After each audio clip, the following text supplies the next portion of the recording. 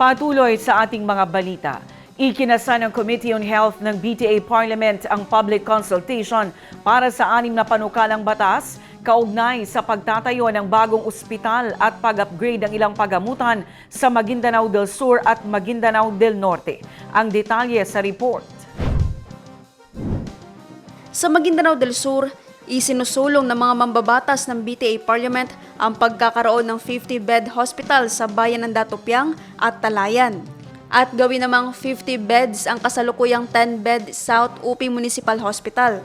Sinabi ni Member of Parliament Froilin Mendoza, ang author ng Parliament Bill No. 120, kulang na ang 10-bed capacity ng South UP Municipal Hospital kumpara sa demand para sa healthcare ng komunidad, kung saan nagsisilbi ito sa mahigit 60,000 households sa bayan at kalapit munisipyo. Malugod din itong tinanggap ni South UP Vice Mayor Reynalbert Insular na nagsabing kinailangan pang bumiyahe ng mahigit 1 oras ang mga residente para marating ang pinakamalapit na health facility.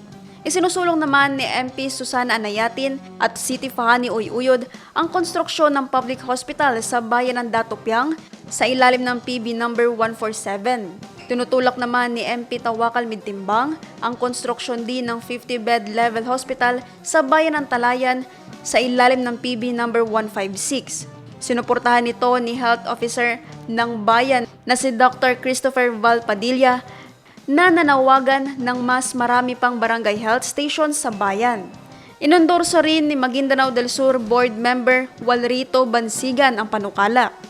Tinalakay din sa public consultation ang 2 panukalang batas na mag-upgrade sa Dato Dinsinsuat District Hospital mula sa 50 patungong 100-bed capacity at i-reinforce ang status nito bilang district hospital sa ilalim ng Republic Act 11330. Habang sa bayan ng Buldon, ipinapanukala din ni MP Suharto Ambuludto ang pagkakaroon ng 25-bed capacity General Hospital sa ilalim ng PB No. 233.